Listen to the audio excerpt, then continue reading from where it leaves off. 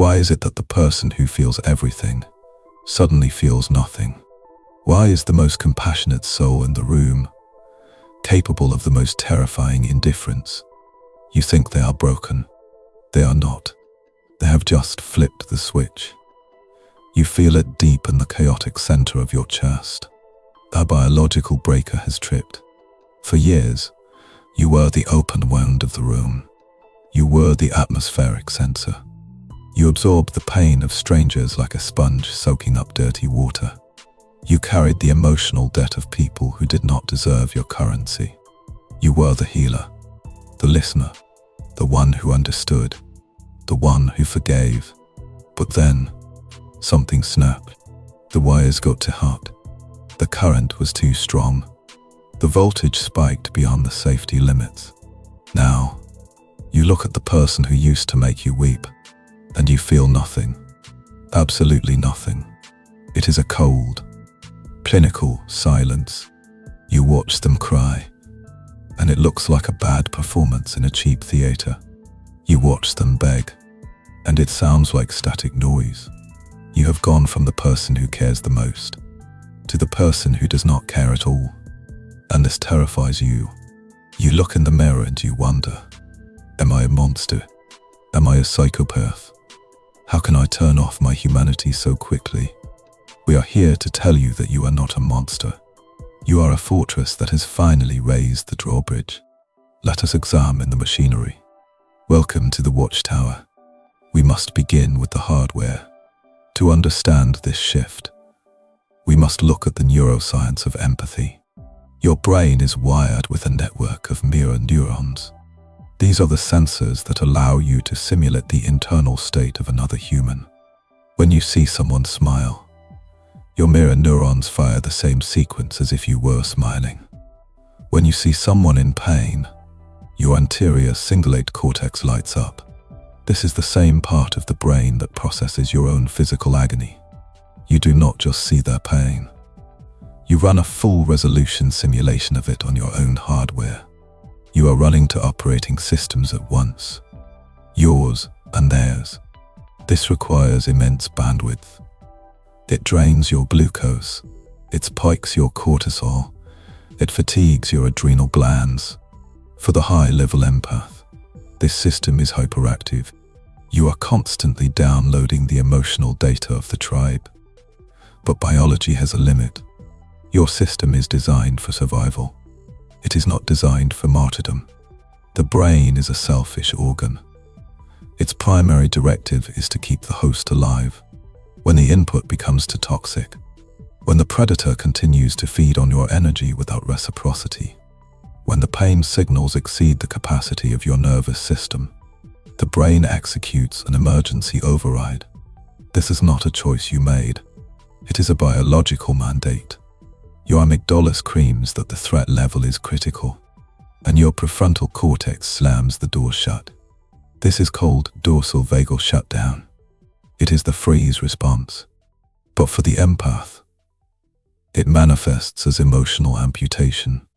Your brain severs the connection to the mirror neurons. It stops the simulation. It says, no more. We must conserve energy to keep the host alive. So the empathy vanishes, the warmth evaporates, and in its place, you find the cold efficiency of the psychopath. This is not a defect. This is a high-level security feature. You have not become a bad person. You have become a protected asset. Let us analyze the enemy, the entity that provoked this transformation. Usually, it is a narcissist or an energy vampire. They saw your open heart as a resource to be mined. They saw your empathy not as a gift, but as a backdoor into your mainframe. They knew the codes. They knew that if they broadcasted distress, you would come running. They weaponized your mirror neurons. They kept you in a state of hypervigilance, walking on eggshells, scanning for their micro-expressions. This is a siege. They laid siege to your nervous system. They demanded a constant tribute of attention, validation, and emotional labor. They fed on your supply. and they gave nothing back but entropy, chaos, confusion, gaslighting. But they made a fatal calculation error. They assumed your supply was infinite. They assumed you were weak because you were kind.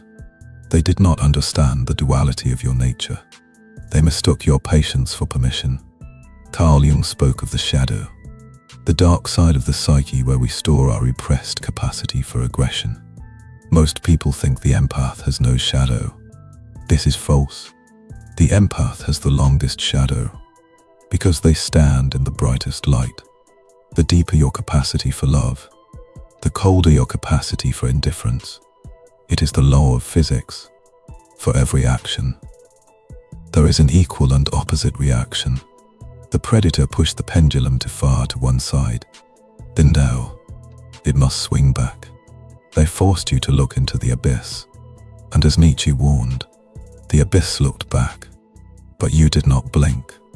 You adapted. You became the abyss. You realized that to defeat a monster, you had to speak its language. And the language of the monster is silence, indifference, and absolute control. This brings us to the pivot, the moment of awakening. You must stop judging yourself for this lack of feeling. You must stop trying to force the tears to come. You are looking for the old version of yourself, but that version is dead. It died on the battlefield. This coldness is not a sin. It is a weapon. You have accidentally stumbled upon the state of the dark empath. This is a rare psychological profile. The dark empath possesses the cognitive ability to understand emotions, but the ability to selectively deactivate the affective response. This means you can see what they are feeling. You can understand their strategy, but you do not feel their pain. This is the most dangerous state for a human to be in. It is the state of the surgeon. The surgeon cuts flesh to save the patient.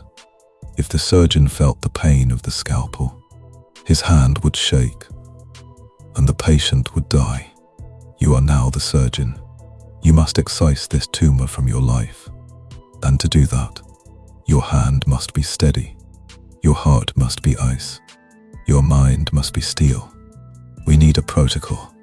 We need to ensure you can operate in this cold mode without losing your core identity. We call this architecture the sovereign shield. Protocol 1. The surgical detachment. This is the deliberate shift from affective empathy to cognitive empathy. You must manually override your instinct to feel. When the antagonist speaks, do not listen to the emotional content. Listen only to the data. View them as a biological algorithm executing a script. They are not trying to hurt you. They are simply a machine trying to extract dopamine. When they insult you, do not get angry. Analyze it. Ask yourself, why did they choose that specific word? What insecurity are they projecting onto me? Treat the interaction like a lab experiment. You are the scientist. They are the specimen in the jar. The specimen cannot hurt the scientist. It can only provide data. Protocol 2. The Obsidian mirror. The predator wants a reaction. They are addicted to your emotional output. Do not give it to them. Become a black mirror. Reflect nothing back but their own behavior. If they yell, you speak in a whisper. If they accuse, you ask a generic question. If they ignore you, you continue your life as if they do not exist. Do not explain yourself. Do not defend yourself. Do not justify your actions. We call this the anti-JADE protocol. Justify, argue, defend, explain. These are the behaviors of a victim. The sovereign does not seek approval. Protocol 3. The biological reset. Your body is still addicted to the stress hormones. This is the withdrawal phase.